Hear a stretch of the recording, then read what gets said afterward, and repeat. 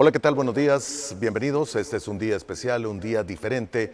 Hoy se conmemora el Día de los Santos Difuntos, un día en el que hay que recordar a los seres queridos que ya no están con nosotros.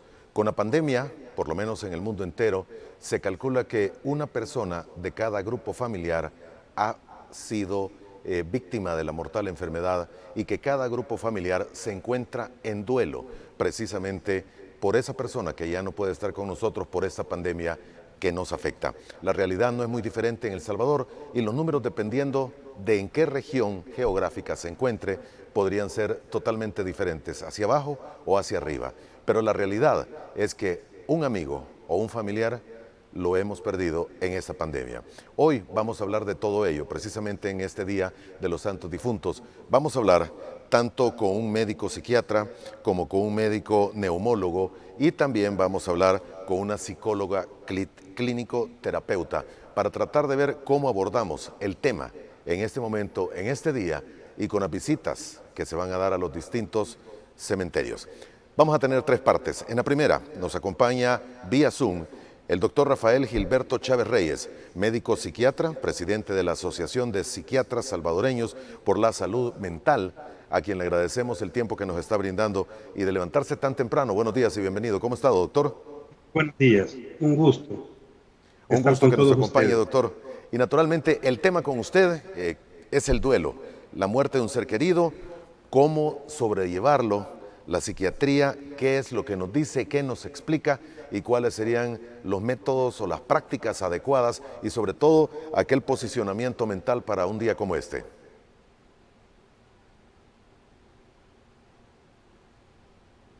Doctor. Sí, otra vez buenos días a todos. Para APSAM es un gusto, es un placer poder compartir precisamente nuestro conocimiento en el área. Quisiera comenzar por referir qué es un duelo. Y el duelo es la experiencia de pérdida, entendiendo que la pérdida no se refiere única y exclusivamente a una persona. Perdemos situaciones, perdemos estatus, perdemos cosas. Cada vez que perdemos algo, pasamos por un proceso en el cual debemos de aceptar esa pérdida. Precisamente todas las manifestaciones emocionales, sociales, personales, conductuales asociadas a la pérdida es a lo que se le conoce como duelo. Es interesante que duelo realmente viene del latín, del latín que refiere la palabra cordolium, que es el corazón que duele.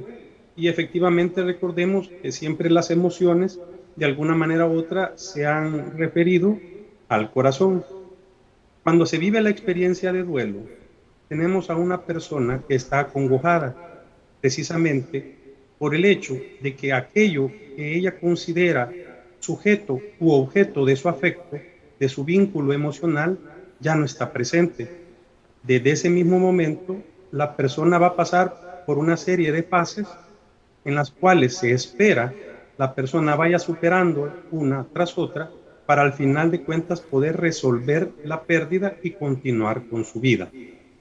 Ahora bien, las fases de duelo precisamente son unas que están, si bien es cierto, de forma descrita claramente, pero realmente estas no es que vayan una tras otra cronológicamente hablando, inclusive se pueden estar viviendo más de una al mismo tiempo.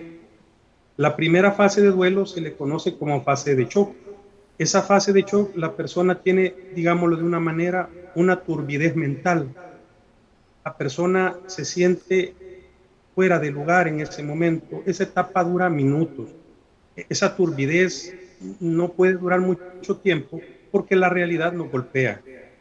Al golpearnos la realidad, es decir, la noticia de la pérdida, lo que viene es una fase de negación. En esa fase de negación nos resistimos, no queremos aceptar, no estamos de acuerdo con haber vivido la pérdida. Después de esa fase de negación viene una fase que es muy importante y tal vez ahí sí me voy a tomar un poco más de tiempo porque precisamente es una emoción que de alguna manera u otra la mayoría de las personas no se dan lugar a reconocerla, a aceptarla, mucho menos a tratarla. Y es precisamente la ira. La mayoría de las personas, cuando sufren pérdida, la emoción que más refieren es tristeza, melancolía. dolor. Es lo esperado, personal y socialmente. Que lloremos, que nos veamos abatidos, tristes. Pero pocas veces reconocemos esta otra emoción que es tan importante. ¿Y por qué es tan importante la ira? Yo siempre lo digo de esta manera. Si cuando perdemos cosas tan triviales en un momento, como puede ser un objeto, dinero inclusive, nos podemos enojar por no contar con él para poder pagar algún producto, ¿qué será entonces lo que experimentemos en intensidad de la ira cuando perdemos aquel sujeto que definitivamente nosotros tenemos un vínculo afectivo dirigido hacia él? Es una ira mucho mayor definitivamente. Y esa ira normalmente la volcamos, ya sea hacia quien nosotros consideramos fue el causante de la muerte, podría ser una enfermedad, podría ser otra persona. El punto es que necesitamos encontrar esa persona o ese objeto, esa situación en que canalizar nuestra ira. Esa parte es muy importante porque muchas personas de alguna manera se reprimen esa ira. Y al reprimirse esa ira no les favorece precisamente en la resolución del duelo más adelante. Wow. Posteriormente viene una fase que se le conoce de negociación. Es bien interesante porque esa negociación hasta cierto punto puede ser hasta un poco fantasiosa, en el sentido que todavía nosotros no hemos llegado a aceptar la pérdida, pero empezamos a elucubrar una serie de pensamientos con el fin de poder empezar a actuar, empezar a desenvolvernos, empezar a responder ante esos sentimientos tan intensos que estamos teniendo. Podemos establecer una negociación con Dios, con la vida, con el universo, con la persona fallecida, inclusive podemos establecer esa negociación. Pero esta negociación, doctor, y perdón que lo interrumpa, esta negociación, esta etapa de negociación, no es más una negociación consigo mismo, con con la misma persona que está sufriendo el shock, la negación y la ira, como para tratar de llegar a una nueva etapa que no sé si será la de aceptación.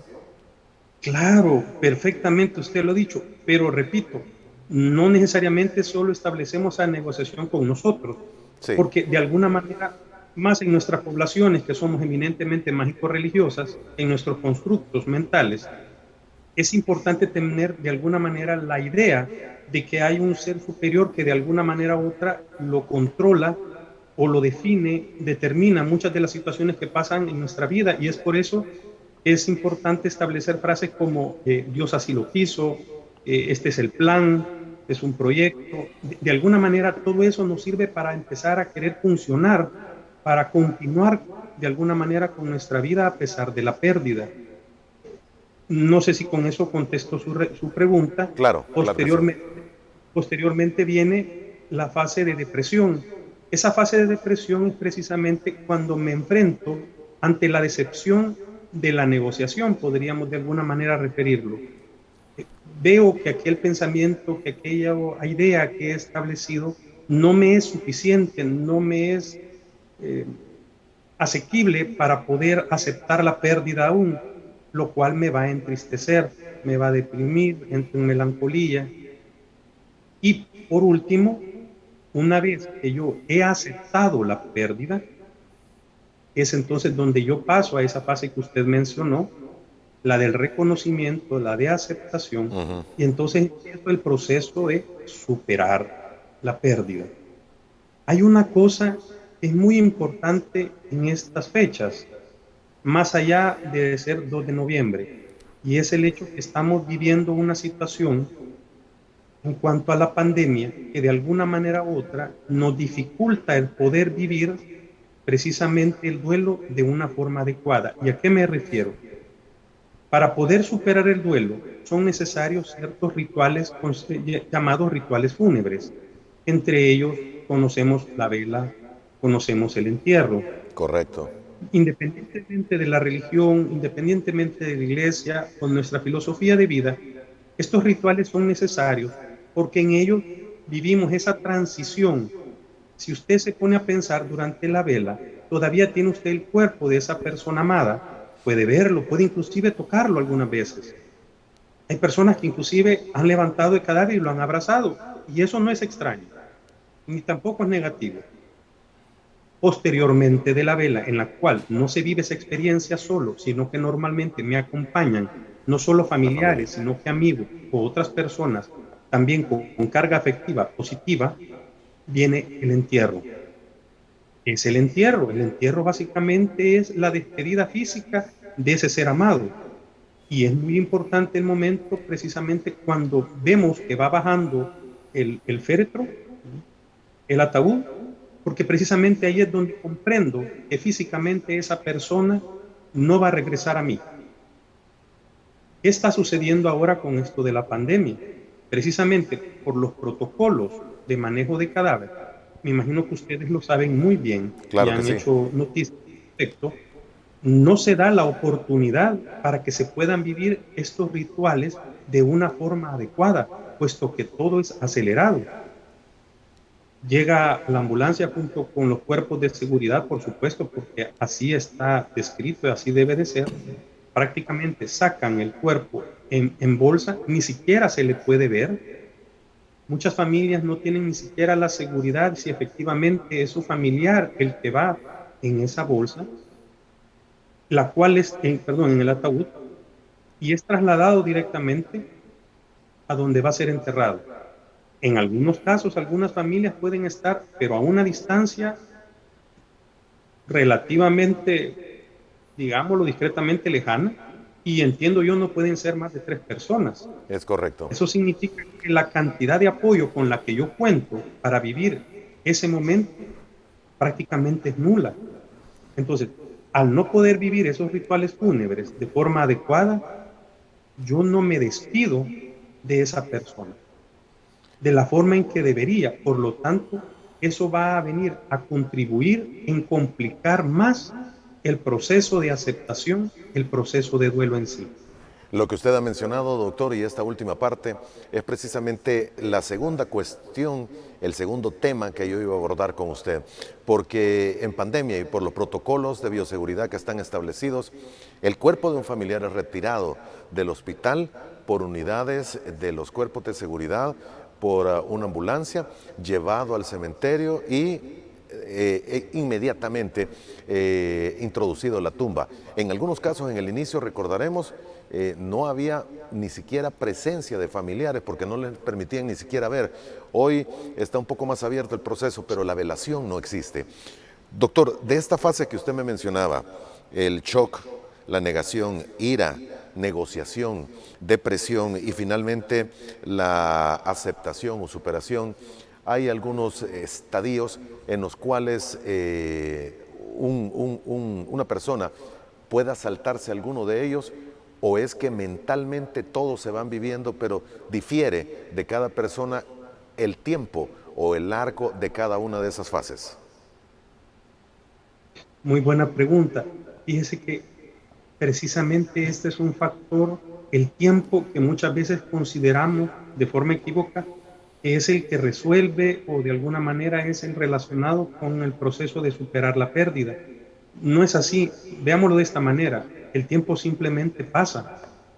No es el tiempo el que define cuánto usted va a poder o no superar la pérdida. Son sus decisiones las que al final de cuentas y las acciones que ejecute con el objetivo de superar el dolor es que las que le van a ser efectivas para precisamente llegar al momento de poder aceptar y reiniciar su vida.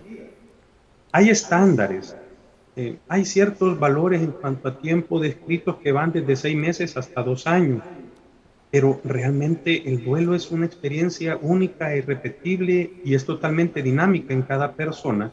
Por lo tanto, no podemos nosotros querer limitar en tiempo cuánto va a necesitar para poder superar el valor de esa pérdida. Hay que tomar en cuenta una cosa, don Moisés, y es lo siguiente: depende de la pérdida y del valor adjudicado a la persona que usted perdió y los factores relacionados a la pérdida en sí, además de su historia personal en cuanto a pérdidas previas que haya tenido, las que sí van a estar relacionados con el tiempo, la dificultad, complejidad o no para poder resolver el duelo.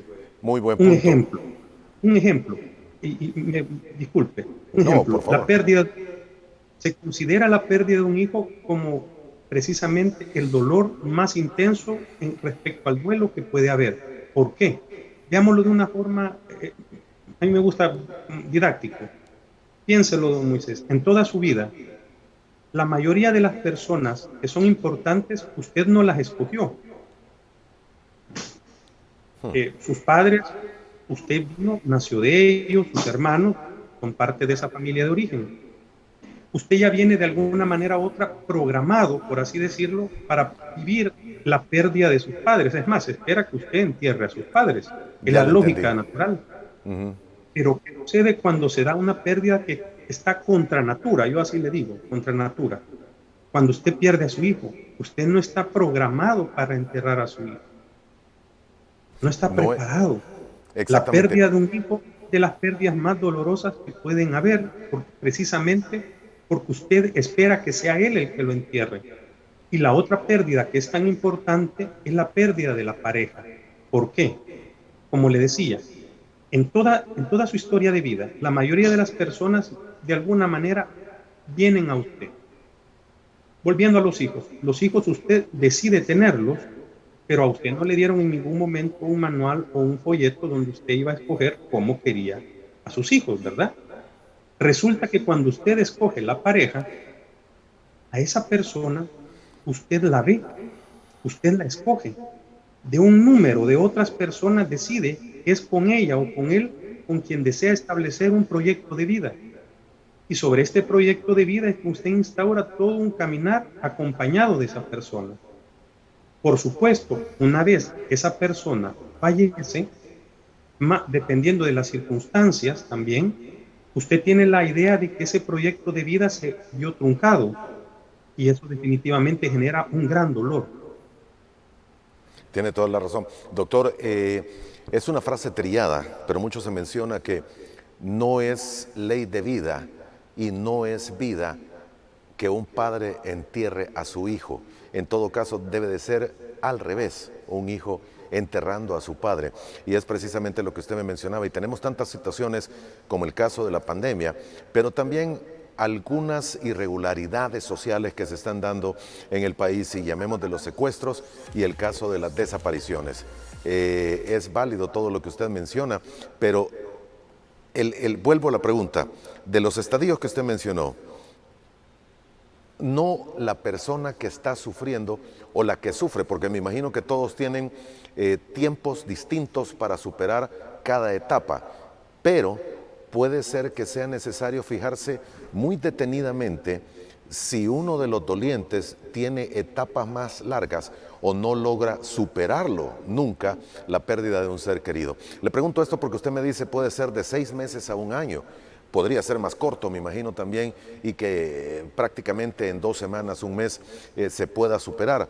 Pero ¿en cuánto tiempo o qué acciones son las que deben llamar la atención para que estemos pendientes del resto de familiares de que están logrando avanzar en todas estas etapas? Buena pregunta. Se la empecé a contestar al inicio cuando le Sí, refería que de alguna manera u otra, primero, no hay un tiempo establecido y las fases, si bien es cierto, están descritas en ese orden, no necesariamente van una seguida de la otra. Le refería que inclusive se pueden estar presentando fases simultáneas. Ahora, ¿qué es lo que nos tiene que llamar la atención? Nos tiene que llamar la atención que el dolor de la persona la vuelva disfuncional. Cuando la persona doliente no funciona en el medio, ejemplo, ve alterados sus hábitos de sueño, sus hábitos de alimentación, su aseo personal, su capacidad para interactuar con otras personas, para trabajar, y eso perdura más allá del tiempo que yo le mencionaba, que normalmente anda un estándar de 6 meses, definitivamente nos llama la atención porque esa persona posiblemente ya está viviendo lo que vamos a llamar un duelo complicado. El duelo complicado es cuando definitivamente la persona no logra salir de esas fases, como usted la mencionó también, y se ha quedado estancada en una de ellas. Normalmente en la fase donde más se ve estancamiento, no es la única, pero es de las más probables, es la fase de negación. es cuando la persona se resiste a aceptar la ausencia del otro. Y ahí tenemos nosotros ejemplos en los cuales podemos decir personas que tienen el cuarto, que tienen las pertenencias, las posesiones del fallecido totalmente intactas, presentes, y decide no hacer con ellas más que tenerlas allí como en un aparente tiempo detenido. Un tiempo de espera, como que la persona que ha muerto estuviera de viaje y va a volver. Más de espera es, se detuvo el tiempo. En ese tiempo que de alguna manera se detiene, es que son elaboraciones mentales, muchas veces no tan conscientes, en lo que la persona básicamente lo que está procurando es la fantasía del retorno del fallecido. Por supuesto, no va a retornar, pero la persona se resiste a aceptar que él ya no está. Y tenemos muchas personas que cuando a veces los abordan terceros y les preguntan, a veces tienden a mentir, y hay que entender el sentido de esa mentira, y refieren, sí, él ha viajado, él no se encuentra, pero no pueden, o se les dificulta, o se bloquea el ocupar la palabra ha fallecido, está muerto. Correcto. El dolor ante la pérdida es tan intenso que se niegan a reconocer la sola muerte. Al no reconocer la muerte, es que estamos, como le digo, de alguna manera varados, detenidos en esa fase de negación. Doctor. Y eso es bien complejo. Exactamente. Tengo varias preguntas y ya nos queda poco tiempo. ¿Se ha incrementado el número de consultas que usted atiende hoy o durante este momento de pandemia comparado a antes de pandemia? Estamos hablando de los primeros 2 meses del 2020 o incluso el 2019, precisamente por casos relacionados con las muertes, perdón, que súbitamente se han dado por la pandemia. Yo diría que no solo en mi caso, yo creo que todos los trabajadores de salud que trabajamos en el área de la salud mental, psiquiatras, psicólogos, definitivamente nos estamos enfrentando a una ola, ¿verdad? No la ola pandémica, sino que una ola de pérdidas y de las representaciones mentales, proyecciones y la forma en la que se manifiestan estas emociones y estos pensamientos ante la ausencia en las personas que, como le acabo de mencionar antes, lo están viviendo de una forma no adecuada, puesto que los mismos protocolos y la misma situación de aislamiento o de alejamiento entre las personas no nos permite compartir. Eso va a representar y está significando un aumento de cuadros depresivos, precisamente por duelos no resueltos, por duelos complicados o por duelos de alguna manera inhibidos ante precisamente las pocas alternativas para poder resolver la pérdida. Yo quiero agregar algo, yo sé que el tiempo es corto, y sin embargo agradezco la oportunidad que nos brinda APSAM. El duelo, como le mencioné al inicio, es la experiencia de pérdida, pero la experiencia muy personal, emocional y mental se le llama pesar. El pesar tiene 2 momentos. Está el pesar de muerte y el pesar de vida. El pesar de muerte son 40 días que necesitamos cada uno de nosotros para procesar la muerte física, la ausencia física del otro. Normalmente a los 40 días nuestra mente, nuestro ser, ha procesado precisamente eso. En esos 40 días lloramos, digámoslo de una forma, al muerto. Pero después de esos 40 días viene un pesar bien complejo, es el pesar de vida. Porque en el pesar de vida yo ya no lloro al que falleció, lloro por mí, lloro por la falta que me hace a mí, por la ausencia en mí, por mi incapacidad para poder continuar. Entonces, como en esta etapa o en esta fase, este pesar de vida, realmente ya son mis vacíos los que me están afectando, dependerá mucho de mis capacidades, de mi red social de apoyo, para que yo pueda tener las herramientas psíquicas suficientes y pueda resolver, afrontar y superar la pérdida. Al final de cuentas, superar la pérdida implica aceptar que la persona no va a regresar y reconocer que yo sigo vivo.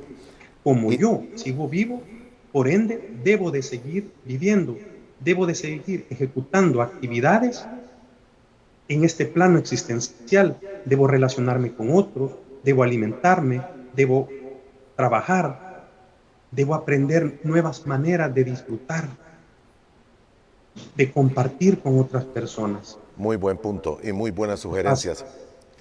Doctor, tengo que terminar, pero hay una situación que se da muy seguido y es bien feo hablarlo así abiertamente, sobre todo en televisión, pero voy a tratar de llevarlo a la manera más fácil y común que existe.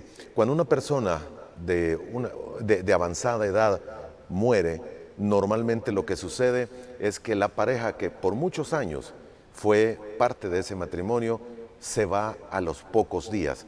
Es precisamente porque no superó esos 40 días o la etapa de pesar es, tengo que acompañar a mi amado o amada. Sí, yo tal vez pondría eso un poquito en paréntesis.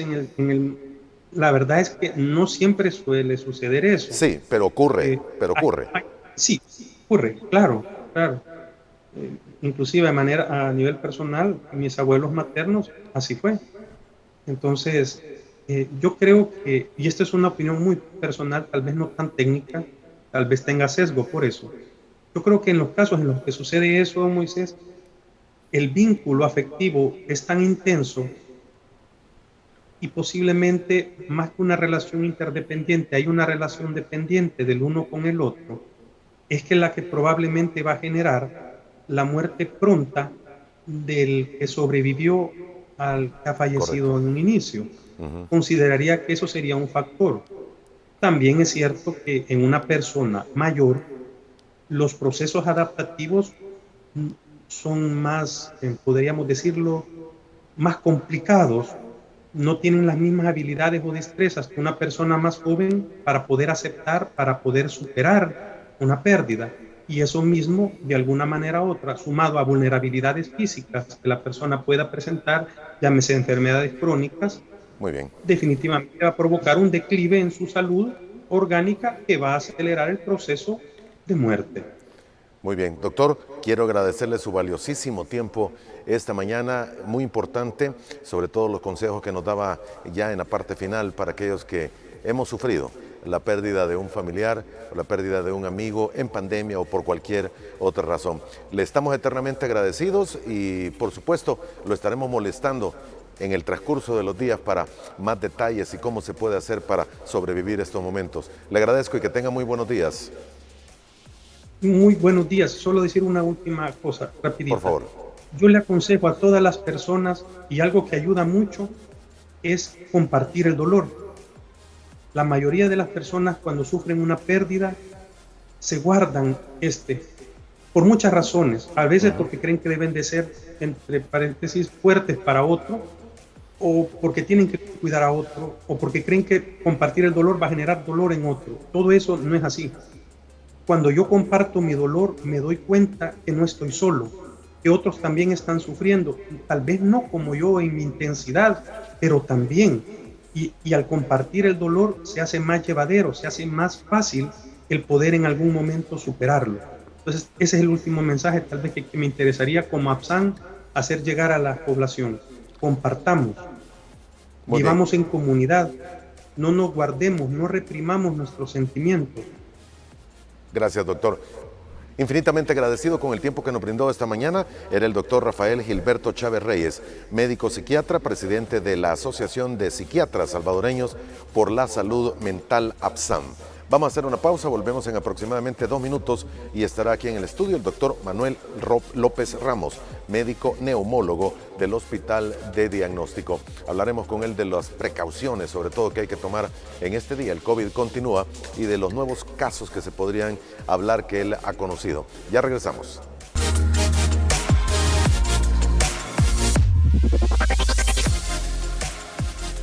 Los temas del momento, precisamente en este día 2 de noviembre, el doctor Manuel López Ramos, médico neumólogo del Hospital de Diagnóstico, nos visita. ¿Cómo está usted, doctor? Buenos días. ¿Qué tal, doctor? ¿Qué tal? ¿Cómo ha estado, ingeniero? Buenos días. Un gusto estar aquí con ustedes, compartiendo nuevamente y hablando, pues, de este tema tan apasionante, COVID-19. Exactamente.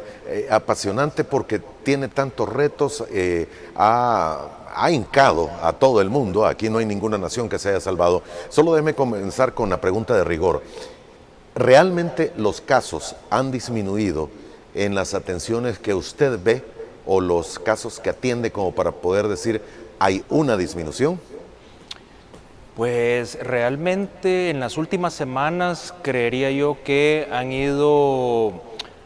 habían venido en ascenso los casos. Quizás la semana anterior pues hemos visto una disminución de estos, pero todavía estamos observando que las personas continúan consultando, o sea, es una disminución leve. Podemos decir tal vez que una meseta en el tiempo, ¿verdad? Y lo otro que también estamos observando son ya muchas personas que llegan a consultar por secuelas después de COVID. Secuelas. Secuelas después de COVID. Secuelas en el aparato respiratorio, me imagino. En el aparato respiratorio, en términos generales, pues hay una afección en la mayoría de los pacientes generalizada, principalmente cuando estos han estado por mucho tiempo hospitalizados o han tenido que entrar a una unidad de cuidados intensivos. Estos ingresos son bastante prolongados, son pacientes que están alrededor de 3 semanas o un poco más de tiempo, y esto conlleva una serie de cambios en todo su cuerpo y por lo tanto pues son las principales secuelas por las cuales llegan a consultar. Ingresados 3 semanas. Estamos hablando por secuelas. No, estamos hablando de la enfermedad propia. Cuando llegan al hospital por COVID, se terminan complicando, entran a una etapa de cuidados intermedios, continúan complicándose y posteriormente entran a una unidad de cuidados intensivos y por lo tanto el ingreso pues se hace muy prolongado. Exactamente. Ahora, hay secuelas, ¿verdad, doctor? Se ha podido comprobar de que hay, sí, secuelas, creo que es la palabra adecuada, no solo en los órganos respiratorios. Sí, de hecho, las secuelas nosotros las hemos estado observando y van a depender de qué tan fuerte, digámoslo así, fue la enfermedad, que si fue catalogado como un COVID leve, moderado o severo. Dependiendo de esto, así también van a ser las secuelas. Las personas pues llegan a consultar por mucho problema respiratorio, cuadros broncoobstructivos, la tos, que quizás es uno de los síntomas que en el tiempo es más duradera, dolores musculares generalizados, dolores torácicos, trastornos gastrointestinales, pérdida o disminución de la fuerza en las extremidades, pérdida de la masa muscular.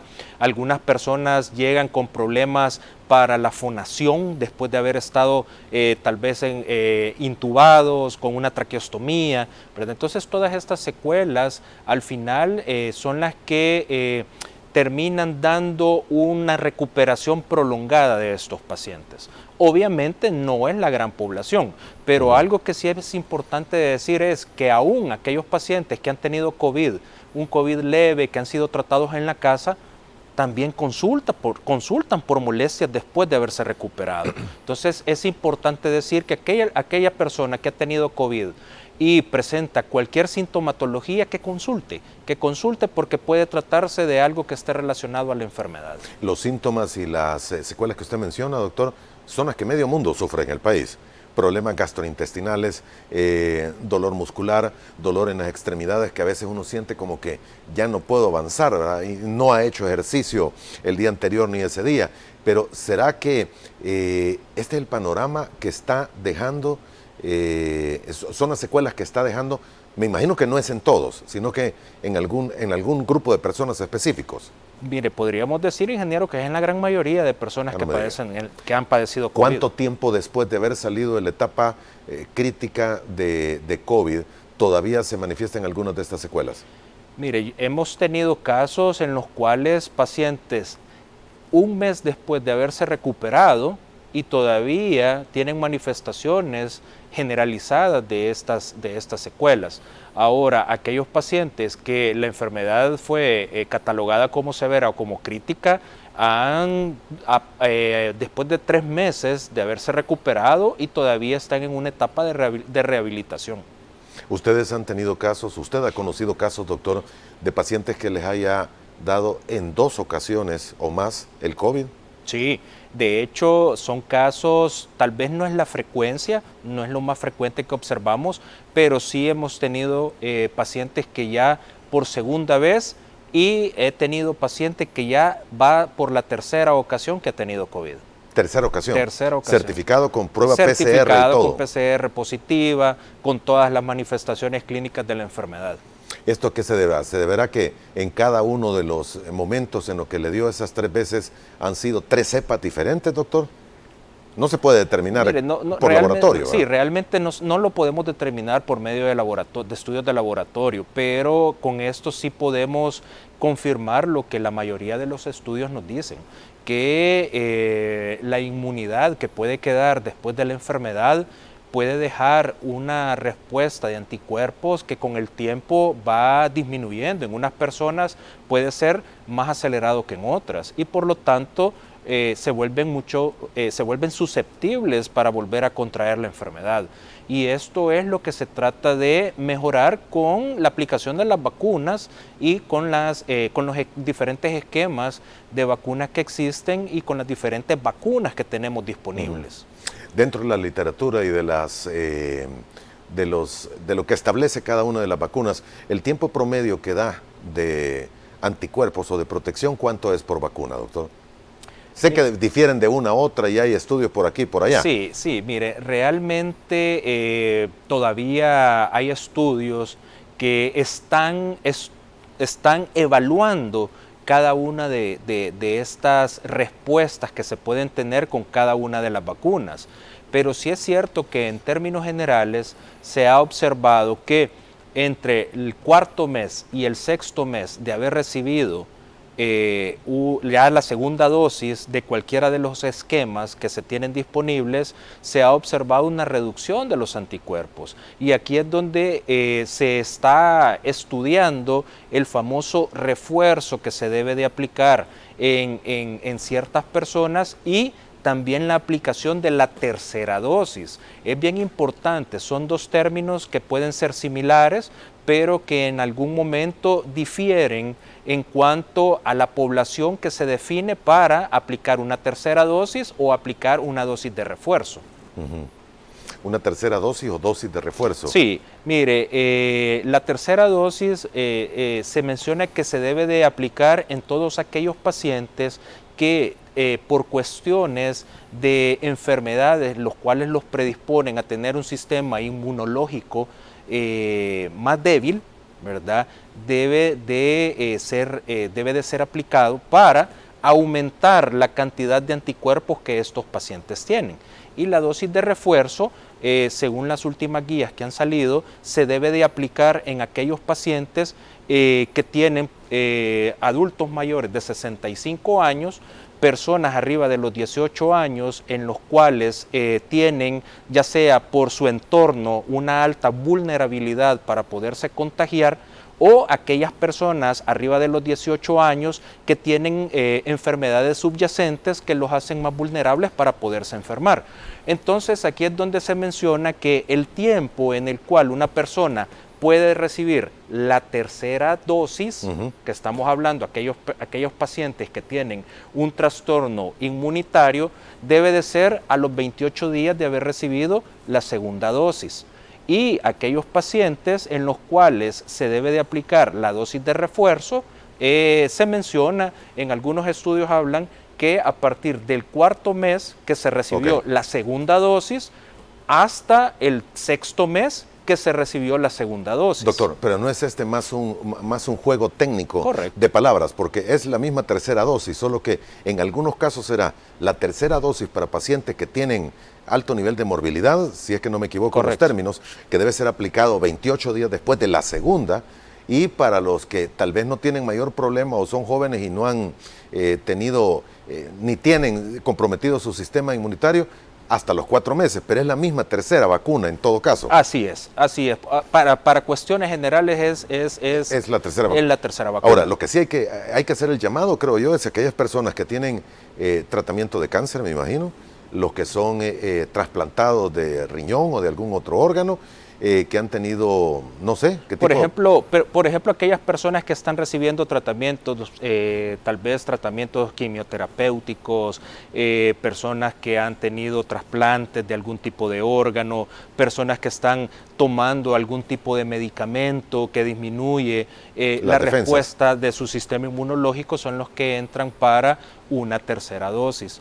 Obviamente, cuando uno revisa estos términos, obviamente es la tercera dosis para aquellas personas que en un corto tiempo no tiene su sistema inmunológico la capacidad de aumentar el número de anticuerpos suficientes para poderlos proteger de la enfermedad. Entonces, por eso se habla que a los 28 días, la tercera dosis, para darles este empujón, digámoslo de esta forma, y tener niveles óptimos de anticuerpos. ¿No es válido pensar, doctor, que en esa línea de pensamiento, a los 28 días después de la segunda dosis, a los otros 28 días va a necesitar una cuarta dosis? Mire, realmente... Bueno, no está nada escrito, sí, ¿verdad? no está nada escrito. Realmente los estudios están corriendo. Todavía no tenemos conclusiones que estén escritas en piedra. Lo que ahora se verifica en un estudio dentro de 2 meses ya no es. Entonces, en medicina siempre tenemos que estar haciendo las recomendaciones en base a evidencia.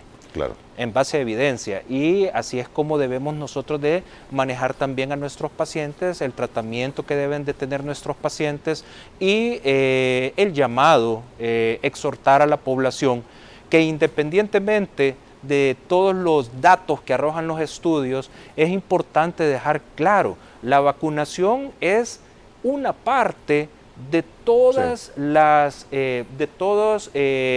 medidas que se deben de hacer para contener la pandemia.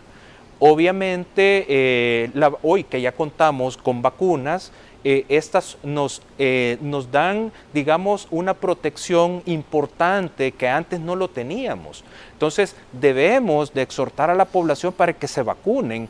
Todavía hay un porcentaje importante de nuestra población que no ha recibido una tan sola vacuna, independientemente del motivo que sea, ¿verdad? Entonces, a esta población es a la que hay que llegar para comenzar con su esquema de vacunación. No debemos de olvidar que también las otras medidas que son sumamente importantes y quizás hay que decirlo, el uso de la mascarilla sigue siendo la piedra angular para evitar la propagación y el contagio de la enfermedad.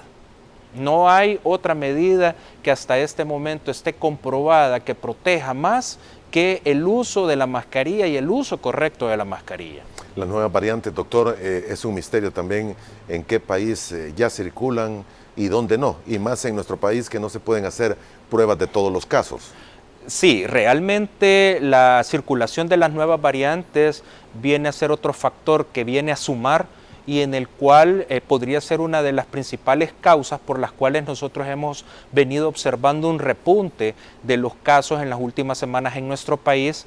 Recordemos pues que la variante Delta, la variante Delta Plus, ¿verdad? Son quizás de las variantes que en este momento están tomando más fuerza y no podemos decir que nuestro país esté aislado y que por lo tanto no puedan estar circulando.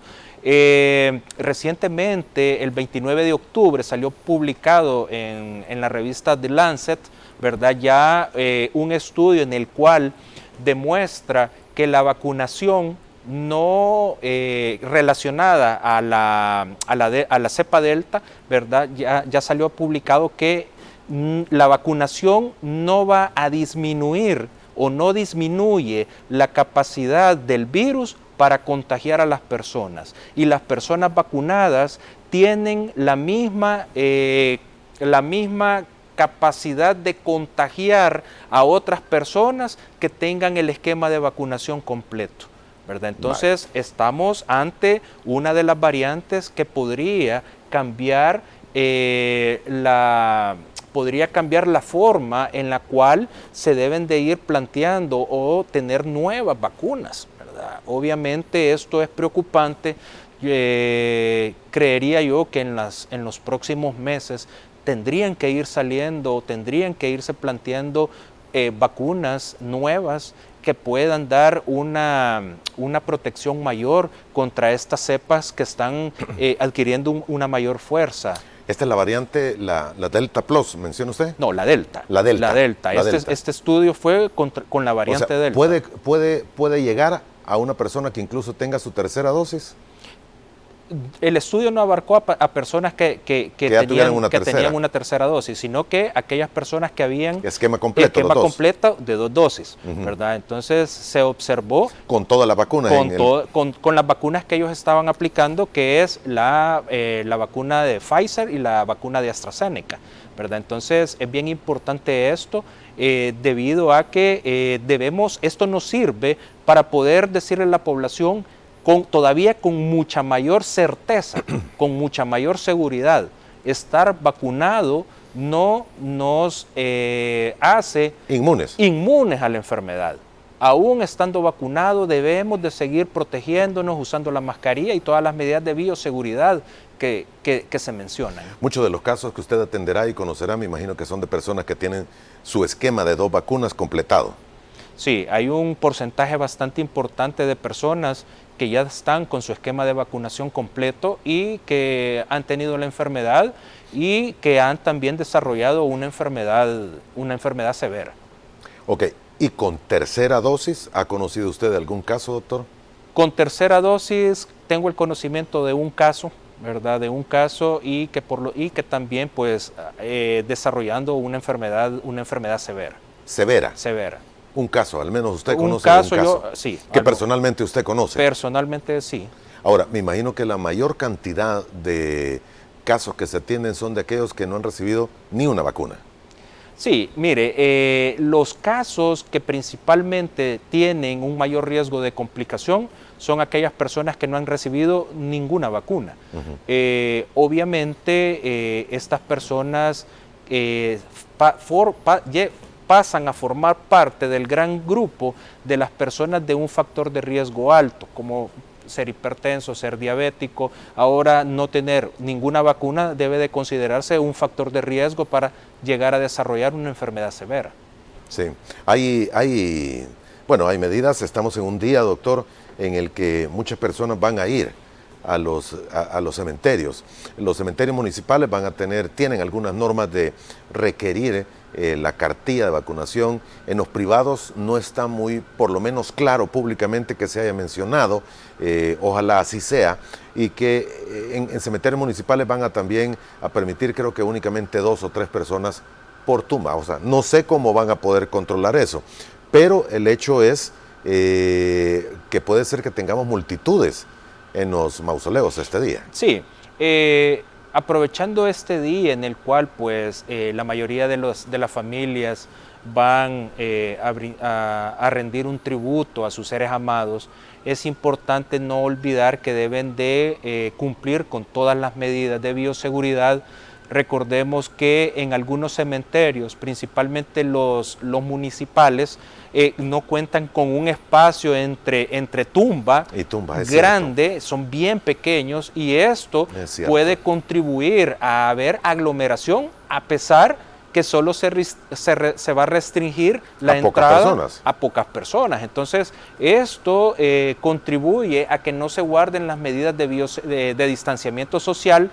Por lo tanto, es importante que las medidas de bioseguridad se mantengan. Recordemos siempre llevar una mascarilla, no quitársela, ¿verdad? A pesar que se esté al aire libre, pero no se guarda un distanciamiento adecuado de 1.5 metros, ¿verdad? Entonces, recordemos que una persona que entre y que pueda estar enferma en ese momento o que pueda estar asintomática puede contribuir a que otras personas se puedan contagiar de la enfermedad. Entonces es importante esto, y quizás otra recomendación sería reducir el tiempo en el que las familias llegan a la tumba, ¿verdad?, a ver a sus seres amados. Tal vez no estar por tiempos prolongados, para evitar esta aglomeración, principalmente Correcto. en las horas pico, ¿verdad?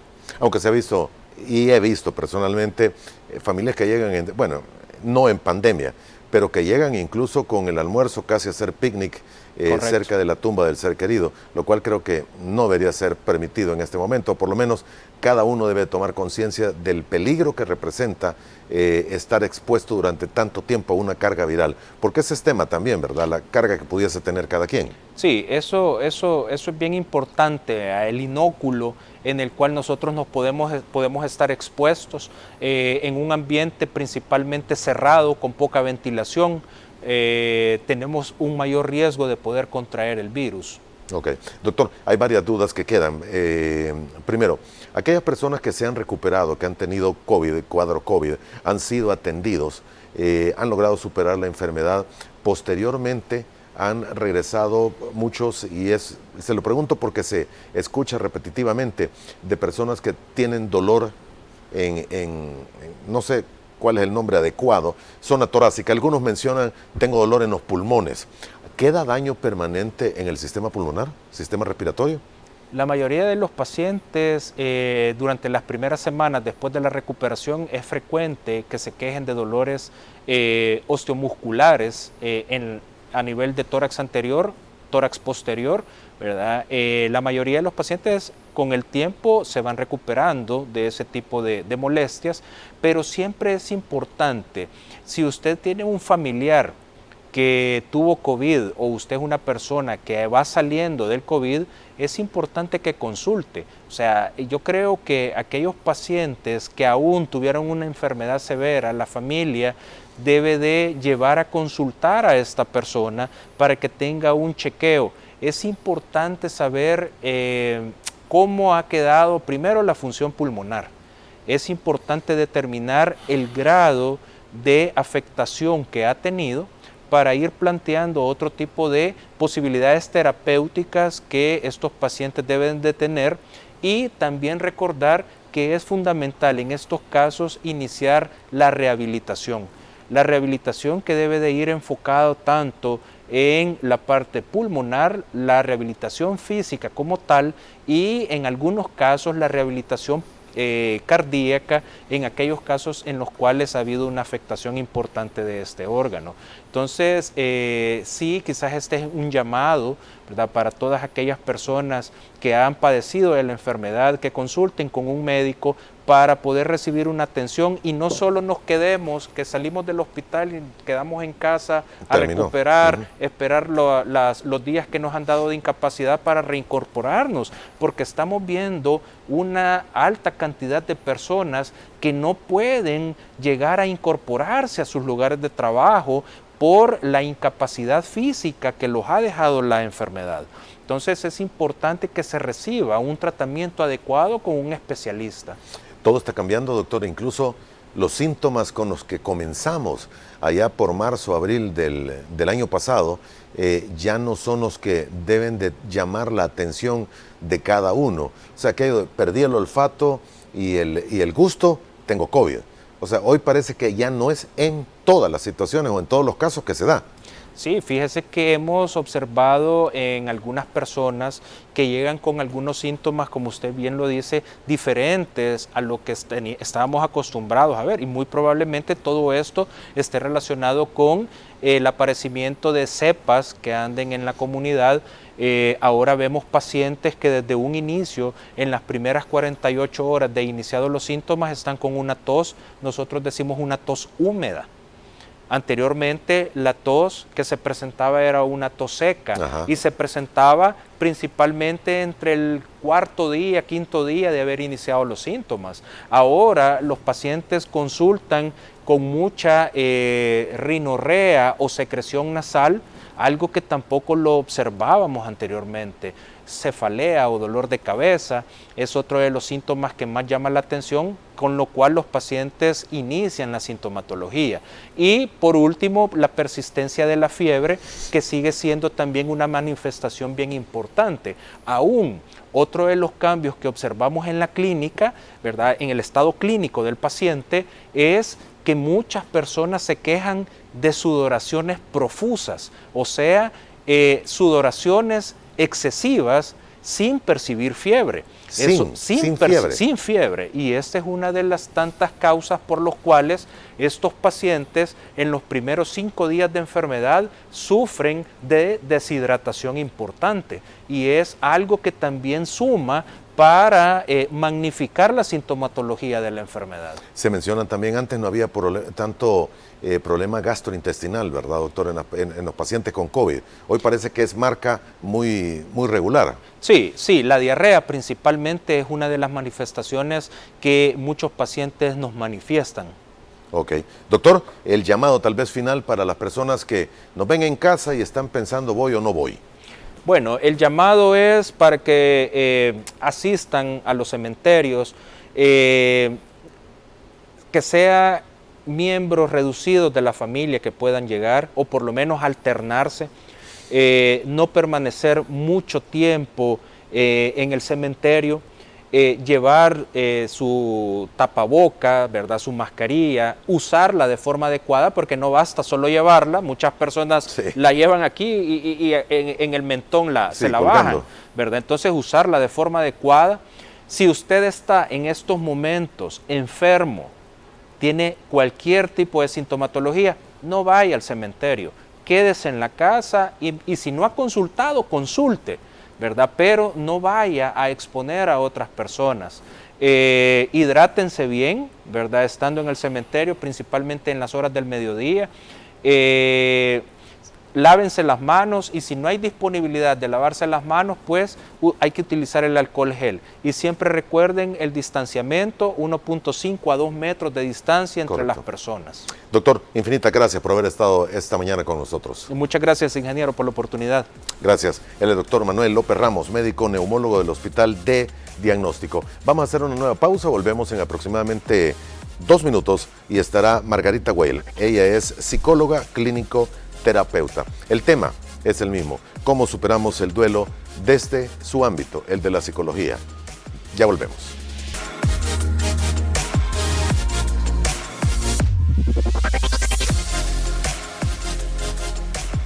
Parte final de nuestro programa, esta mañana de martes, nos acompaña en esta ocasión vía Zoom la licenciada Margarita Weil. Ella es psicóloga clínico terapeuta. ¿Cómo está usted, licenciada? Buenos días, bienvenida. Muy buenos días. Muy bien, gracias a todos ustedes. Feliz día, por favor, cuidémonos, ya que vamos a ir a enflorar una tradición muy salvadoreña.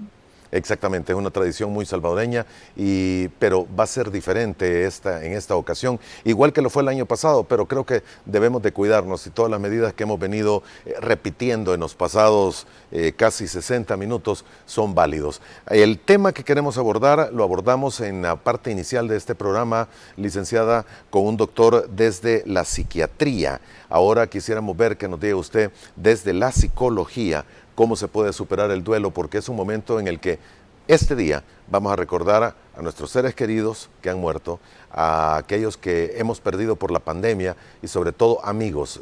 Lo repito nuevamente, se calcula que tenemos algún conocido, si no familiar, que ha muerto producto del COVID.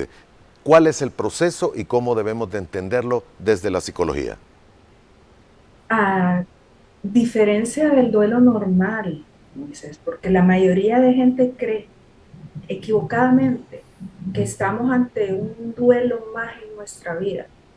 Los duelos COVID son duelos sumamente complicados y parte de esta complicación severa es que tienen muchísimo más elementos a trabajar y elementos que no se trabajan que los duelos normales. Por ejemplo, los rituales de despedida, que son parte importante para que los dolientes aperturen los procesos de duelo, no se están dando, porque la mayoría de ellos tenemos un entierro rápido, un entierro en el que ni siquiera tenemos la oportunidad de meter un detalle, digamos, en el féretro, ver a nuestro ser amado y decir si es él o es ella, y hacer como el impacto, el shock y decir no lo tenemos. No hay ese proceso ritualístico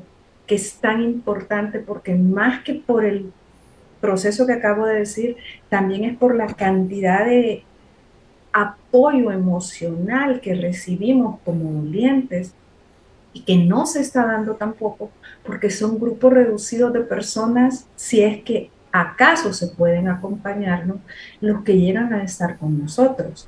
Entonces, el duelo está entrando en fase de complicado, por un lado, y por el otro lado se están dando fases de duelo anticipados, porque estamos recibiendo la noticia muchas veces antes del propio fallecimiento de la persona, cómo se va agravando y se va agravando nuestro familiar, nuestro amigo, nuestra pareja, y cómo en ese proceso ya damos por fallecido al otro, y eso nos genera un dolor exactamente igual que cuando nos dan la noticia. Tiene toda la razón, licenciada, y sobre todo en el caso cuando alguien es diagnosticado positivo de COVID. Me imagino que ahí es un momento para la persona que recibe la noticia, estás positivo COVID, aunque me sienta bien, que psicológicamente uno se va afectando y puede hasta, no sé si es real, pero muchos dicen, perdemos las defensas solo por estar pensando que estoy positivo, aunque realmente no tenga mayores síntomas. ¿Me equivoco? De hecho, se ha comprobado y se trabaja con los pacientes oncológicos que los estados depresivos, los estados ansiosos, sí afectan el sistema inmunológico y te Ujú. bajan las defensas. Entonces, cuando a ti te dices, eres COVID positivo, realmente te asustas, estás sumamente preocupado. Entonces, tenemos que partir de un hecho real. El duelo COVID es un duelo diferente y que tenemos que vivir diferente y ser apoyo de los dolientes, uno, pero también tenemos que estar claro que aquí hay más de un doliente, es todo un sistema familiar, toda una nación, todo un mundo, y dentro de esos dolientes tenemos al personal de salud que les toca dar la noticia y ellos están viviendo mucho impacto porque les toca darle la noticia a los dolientes, pero también les toca pasar por momentos bien difíciles de, mire joven, mire doctor, mire enfermera, mire fulanito, le puede decir a mi familia qué, le puede decir a mi hijo qué, le puede decir a mi esposa qué, o mire, hágale llegar a mi familiar tal cosa. Para ellos esto está siendo sumamente desgarrador y es un duelo muy difícil. Exacto, usted lo menciona muy bien, doctora, y me imagino que ha de tener la experiencia y el relato de muchos colegas, amigos y médicos, enfermeras sobre todo, y personal que está atendiendo en el Hospital El Salvador, para ser exacto, la petición tanto de afuera, de familiares, que mire, llévemele este mensaje, o mire, hágame una llamadita, creo que están brindando ese servicio últimamente. Ha de ser desgarrador para cada uno de estos personales, estos personeros de primera línea, estar con ese constante ver, tratar de ayudar, el sufrimiento, las lágrimas, y ver en determinado momento que una persona fallece y que le ha dedicado tanto tiempo y que en algún momento pudo tener la oportunidad de salir del hospital. E incluso ellos mismos lo dicen, mire, qué terrible es sentir a alguna persona que solo les dice, tómeme de la mano, doc, o señorita, a las enfermeras, que realmente les deberíamos de decir enfermeras, eh, que les tomen la mano porque se sienten solos o están asustados o lo que sea. eh, o cuando los van a entubar, esa mirada de, deme, apriéteme fuerte la mano, por favor, antes de que me ceden. Nuestro personal de salud está realmente muy impactado. Entonces también los procesos de duelo en ellos se van a patologizar posteriormente. Ellos están viviendo un estrés postrauma muy grande y lo van a seguir viviendo. Sí, Y tenemos, ¿sí? no, dígame, perdón. Y tenemos aparte el hecho de cómo esto está impactando como sociedad a nuestros niños y niñas, a nuestros adolescentes, porque los rituales de despedida se han hecho mucho más complejos, aunque ellos conozcan la tecnología, pero es como, ¿qué pasa aquí? ¿Y por qué así? Están enfrentando la muerte desde un ángulo bien distinto.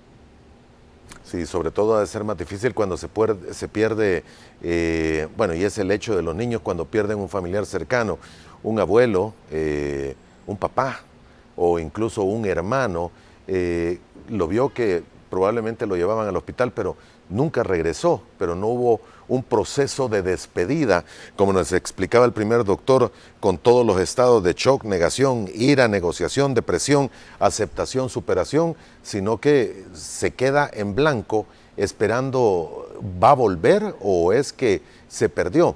Y usted lo mencionaba y lo decía, licenciada, el hecho de que los entierros hoy son de lejos, no hay un velorio, no hay una vela, el cuerpo muchas veces es entregado con suerte en un ataúd, llevado al cementerio y solo depositado en la tumba. No ha de ser nada fácil para poderlo superar, pero ¿qué se les dice a todas estas personas que han vivido esta experiencia?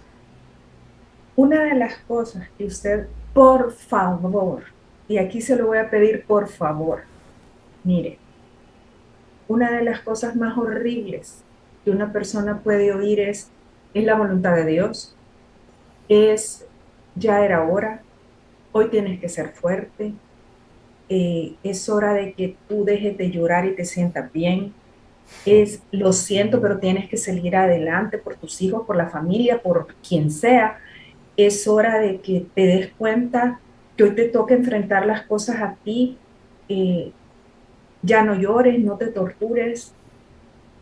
Mire, momento, estamos hablando de COVID, estamos hablando de algo que le arrancó literalmente a una persona.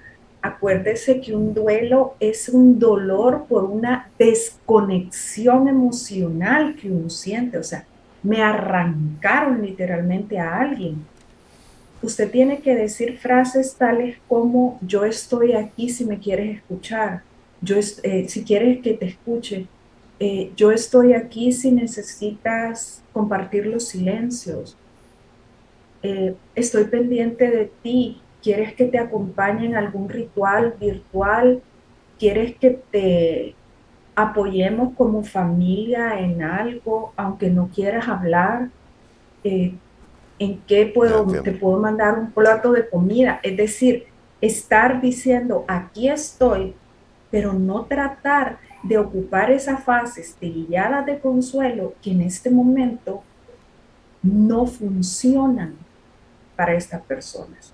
Tenemos que decirles al contrario, trato de ser empático contigo, estoy contigo, pero estoy clara que físicamente no puedo estar contigo en algún momento, pero pienso en ti. Ese es el mensaje, sin necesariamente esperar respuesta en este primer momento.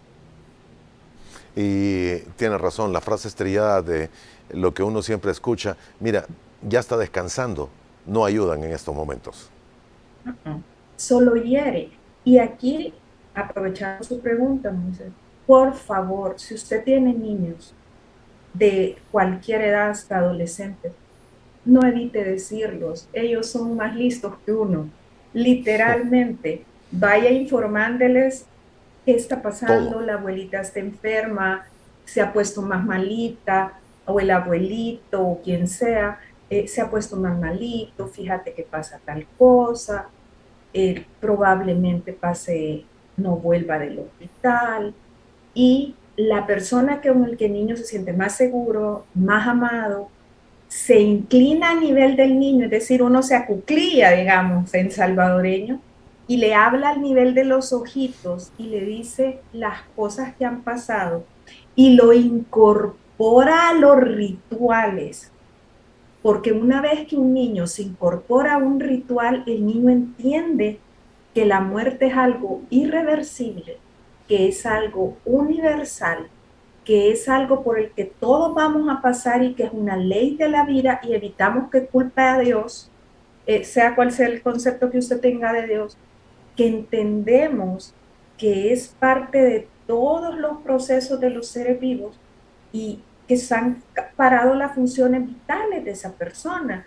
Y en ese sentido, el niño lo va a entender de acuerdo a su edad, pero y le decimos que si tiene preguntas, que qué nos quiere decir y le aceptamos que nosotros estamos tristes y que nos sentimos mal, Si usted está muy nervioso, muy histérico, no lo haga usted, que lo haga otra persona.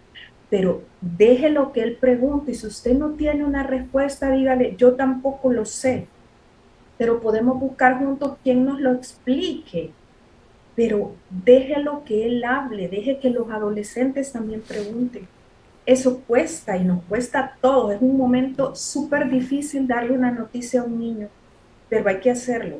Si no, los afectamos horriblemente más. Eso de que mi papá se fue, mi mamá se fue, mi abuelo fue y no se despidió de mí. ¿Y qué le hice yo para que no se despidiera? Ok. ¿Y por qué se fue enojado conmigo? Sí, puede haber muchas reacciones, muchos pensamientos que probablemente no los vamos a entender como adultos. De lo que el niño está deduciendo fue lo que ha ocurrido y por qué no le permitieron participar. Y tengo que ir a la última pausa, licenciada, pero solo déjeme tenerlo claro.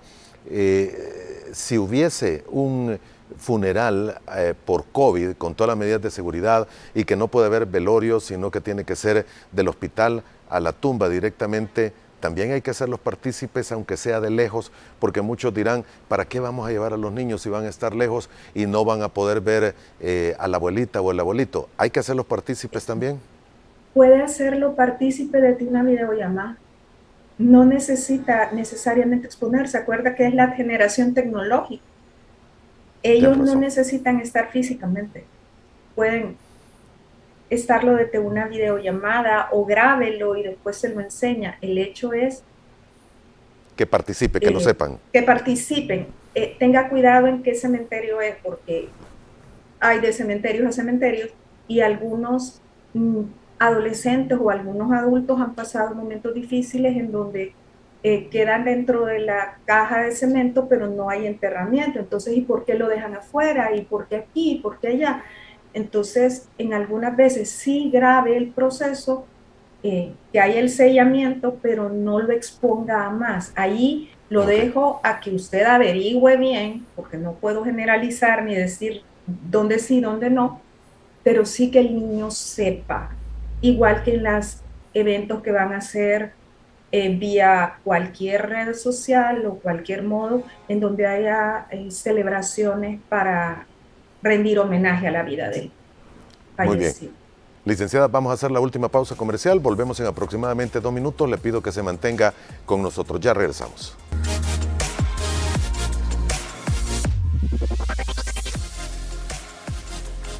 Parte final de nuestro programa esta mañana de martes 2 de noviembre. Nos acompaña la licenciada Margarita Güell, psicóloga clínico-terapeuta. Licenciada, ya tenemos poco tiempo, pero en la parte inicial hablábamos con un doctor, el doctor Rafael Gilberto Chávez Reyes. Él es médico psiquiatra y nos mencionaba que uno de los momentos, o más bien dicho, uno de los procesos de muerte más difíciles es cuando un padre tiene que dar sepultura a su hijo, que no es lo natural. Lo natural es que los hijos entierren a sus padres y sus abuelos, pero no en el sentido inverso. ¿Cómo se puede manejar? Porque estamos en un momento en el que el COVID no respeta edades y eso ha quedado demostrado. Una de las cosas más importantes que usted debe de decir en este momento es: ¿te duele? ¿Tener razón de estar así? Dejarlo desahogarse. Por favor, no eche cargas extra de decir, tenés que luchar por tus otros hijos, o menos decir, Dios te va a dar otro. Eso no se dice. Empecemos por ahí. Y de ahí en adelante, tenemos que tener algo muy importante. Nosotros estamos ante un proceso antinatural y por ende este papá va a manejar muchos procesos de culpa y probablemente estos afecten a su relación de pareja.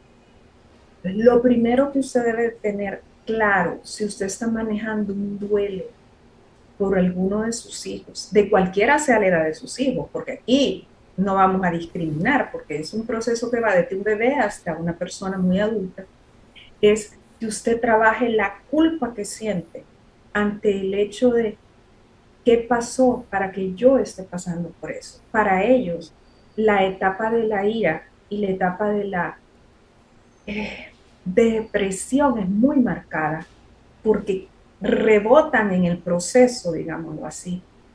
Como los procesos de duelo no son lineales, no hay duelo anticipado, shock, negociación, depresión, aceptación y salida del proceso, no es así, sino que fluctúan. Ellos se mantienen rebotando de la depresión de no tiene sentido mi vida a qué pasó, qué hice y por qué a mí, qué hice mal.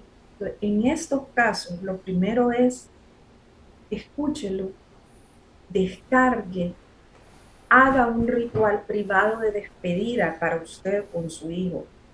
A veces nosotros dijimos cosas de las que hoy nos arrepentimos. Y si hubiera, parta de una realidad. El hubiera no existe. Usted vivió lo más natural del mundo con su hijo. Es como cuando uno tiene un hijo con un problema oncológico, una enfermedad terminal. Lo que sea que uno va a vivir, que sea pleno. Y ese niño vivió una vida normal. Y eso, aférrese a eso. Viví una vida plena y normal en ese tiempo con estos niños. Y evalúe, pero de verdad, buscar ayuda, porque es un duelo antinatural. Y lo mejor es apoyarse en un especialista para eso. Es como los duelos en racimo, Moisés.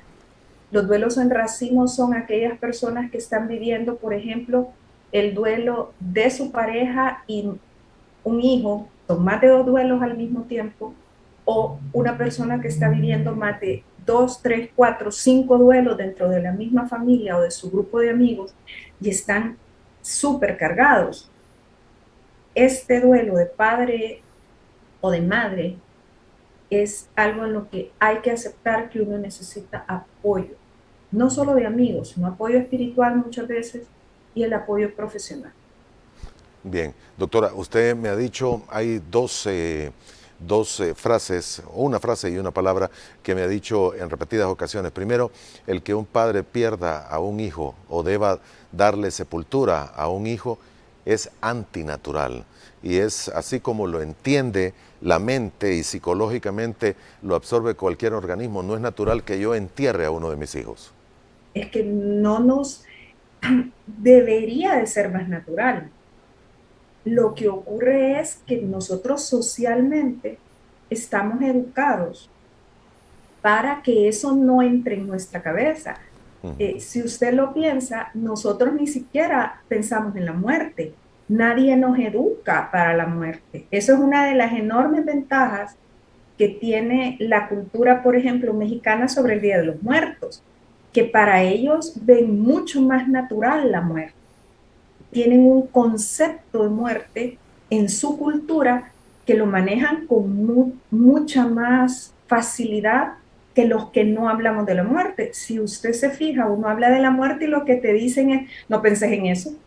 Literal, tenemos ese proceso. Entonces se vuelve antinatural porque nuestra cabeza, nuestra psique, dice, no puede ser, literal, no puede estar pasando. Entonces se vuelve un duelo patológico por eso mismo. Y lo otro que usted me ha mencionado, y es frases, una frase que me he repetido al menos en 3 o 4 ocasiones, que hay que tener, debo entenderla así, hay que tener cuidado mucho con las frases, valga la redundancia, con el mensaje y con el pésame, cómo se da y qué es lo que le dice uno a la persona doliente. Porque, y se me quedó grabado el último que mencionaba cuando se pierde un hijo, de no decirle, no te preocupes, Dios te va a dar otro. No, hay que pensar muy bien en ese momento qué es lo que la persona doliente necesita. Y este día creo que hay que pensar muy bien también qué es lo que van a hablar incluso los miembros de una misma familia cuando estén frente a una tumba donde yace tal vez uno de los seres más queridos de ese grupo familiar. Correcto. Acuérdese que ante estos procesos nosotros debemos de tener empatía. Y a nosotros se nos olvida ser empáticos incluso entre nosotros. Eso de, mira, ya pasó un año, te deberías de sentir mejor. Pensé en tu mamá o mira, pensá en tu te toca cuidar a la abuela, dejar el show. O sea, esos comentarios, incluso entre nosotros, de ya basta, que te pase, ya pasó un año. Mire, perdón, eso de que en un año se acabe el duelo, esto es la historia menos real del mundo. Cada quien tiene su propio tiempo y sus propios procesos. No todos manejamos igual las cosas. Y el hecho de que uno se ocupe en otras situaciones no significa que la persona no esté viviendo un duelo muy profundo. Entonces, la empatía, la solidaridad con el otro y con lo que está viviendo tiene que ser algo que debemos de desarrollar como seres humanos ante esta pandemia global ante la que no se ve fin todavía. Sí. Doctora, tengo que terminar, me queda apenas 2 minutos. ¿Cuál sería el mensaje de usted como profesional, como psicóloga, para todas las personas que nos sintonizan a esta hora de la mañana, en este día específico? Yo quisiera terminar diciendo una de las frases más importantes. Su duelo es su proceso. Nadie tiene derecho a juzgar cómo usted se siente. Si necesita ayuda, pídala. Si necesita espacio, pídala. Pero al mismo tiempo, en ese aprender a pedir, también aprenda a poner límites sobre lo que necesita de cada persona. De ti necesito, de ti quiero y sobre todo acuérdese, ámese a usted mismo, respete sus emociones, respete sus sentimientos, tiene derecho a sentir todo el dolor que quiera y necesite sentir y le aseguro que va a salir adelante. Es una etapa de la vida de la cual va a salir fortalecida, pero es un proceso de ese tiempo. Muy bien, gracias licenciada, muy amable. Bonitas palabras para terminar esta plática que hemos tenido. Le agradecemos su valioso tiempo, espero que el mensaje haya podido llegar a donde tiene que llegar, con una persona que logremos impactar en esta mañana y que entienda lo que hemos dicho en los pasados 90 minutos es extremadamente valioso para nosotros, así como su tiempo, licenciada. Le agradecemos y que tenga el mejor de los días.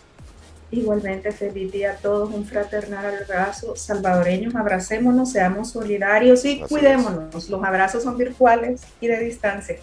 Así es. Abrazos, licenciada, que le pase muy bien. Y a usted, amigo televidente, también. Primero Dios, nos vemos nuevamente el día de mañana a la misma hora. Por favor, cuídese y recordemos a aquellos que ya no están con nosotros. Buenos días.